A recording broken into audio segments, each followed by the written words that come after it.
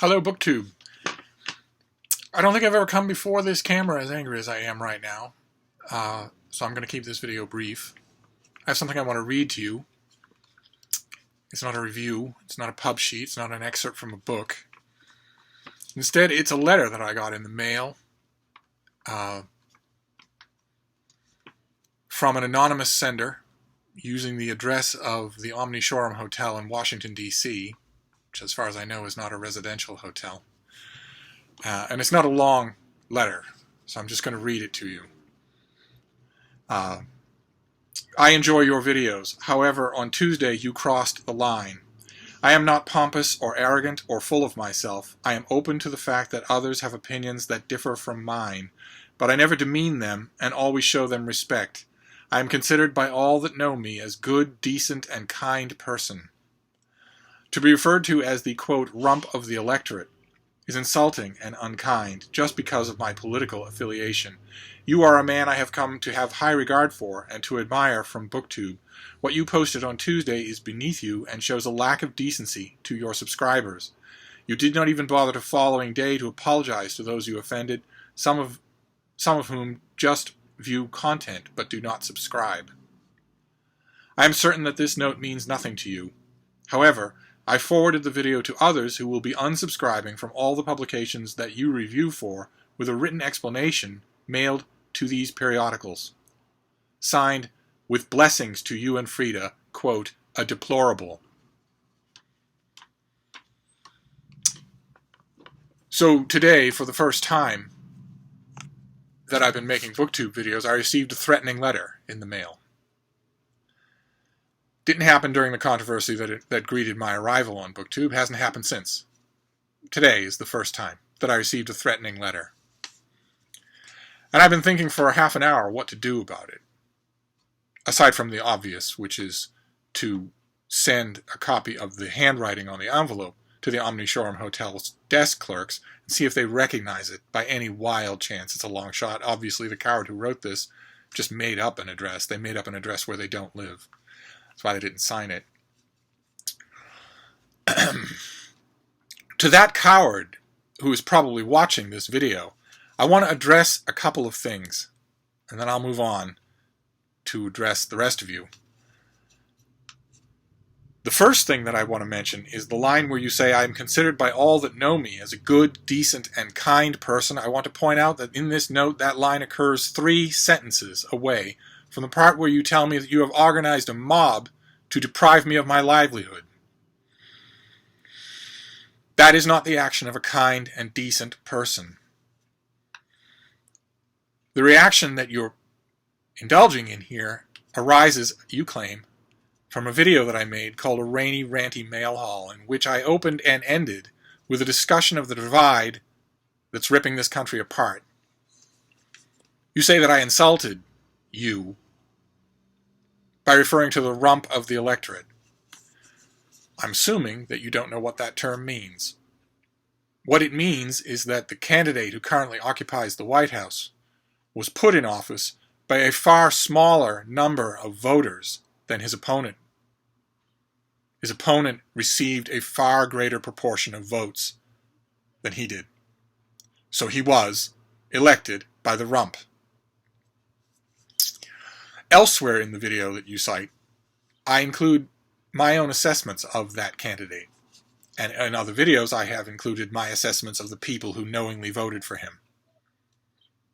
I don't need to apologize for my opinions on my own BookTube channel. And what you are guilty of, in addition to unchristian behavior, since I'm fairly certain if you fit the pattern, that underneath good, decent, and kind person, you would also put Christian. And as usual, in the 21st century, with Christians, you don't know what the 8th commandment is. To the coward who wrote this, I want to ask what happens if you succeed. The hate mob that you're organizing to lie about me to my employers, what happens if you succeed? What happens if they all fire me?